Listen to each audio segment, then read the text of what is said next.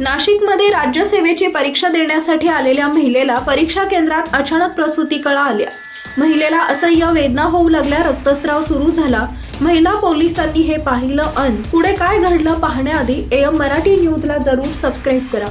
मिळालेल्या माहितीनुसार राज्यसेवेच्या परीक्षेसाठी मालेगावहून पती पत्नी नाशिकमध्ये आले होते। पतीचे परीक्षा केंद्र दुसरीकडे तर गर्भवती महिलेचे परीक्षा केंद्र दुसऱ्या ठिकाणी होते। दोघे परीक्षा देण्यासाठी आपापल्या परीक्षा केंद्रात पोहोचले, मात्र युगंधरा गायकवाड या 8 महिन्याच्या गर्भवती होत्या।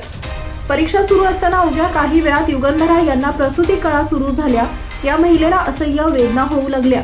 त्यातच परीक्षा केंद्रात कर्तव्यावर असलेल्या नाशिकच्या सरकारवाडा पोलीस ठाण्यातील महिला पोलीस कर्मचारी रोशनी भांबरे आणि पोलीस कर्मचारी जयंत जाधव यांनी परिस्थिती लक्षात घेता पोलीस वाहनातून या महिलेला खासगी रुग्णालयात उपचारासाठी दाखल केलं।